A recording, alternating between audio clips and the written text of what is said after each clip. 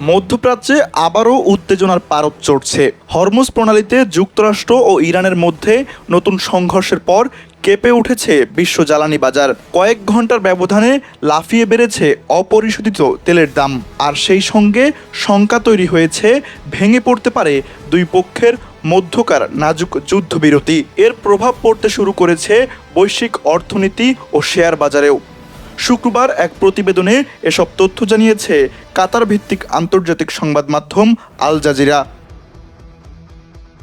প্রতিবেদনে বলা হয়েছে, ব্রেন্ট ক্রুড তেলের দাম বৃহস্পতিবার এক অস্থির বাণিজ্যিক সেশনে সর্বোচ্চ 7.5% পর্যন্ত বেড়ে যায়। তবে শুক্রবার সকালে এশিয়ার বাজার খোলার পর কিছুটা কমে আসে। গ্রিনিচ মান সময় সকাল 3টায় ব্রেন্টের দাম ছিল ব্যারেল প্রতি $101.12, যা দিনের সর্বোচ্চ $103.70 থেকে কম। ফেব্রুয়ারির শেষ দিক থেকে হরমুজ প্রণালীতে জাহাজ চলাচল প্রায় বন্ধ রয়েছে। ইরানের হামলার আশঙ্কায় বড় তেলবাহী জাহাজগুলো খুব কম চলাচল করছে। যুদ্ধ শুরুর আগের তুলনায় ব্রেন্ট তেলের দাম প্রায় 40% বেড়েছে। এতে প্রতিদিন আনুমানিক 1,45,00,000 ব্যারেল উৎপাদনের ঘাটতি দেখা দিয়েছে।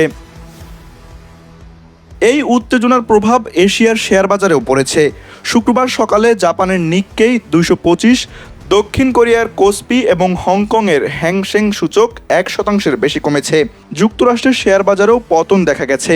আগের দিন রেকর্ড উচ্চতায় পৌঁছানোর পর S&P 500 সূচক প্রায় 0.4% কমে গেছে।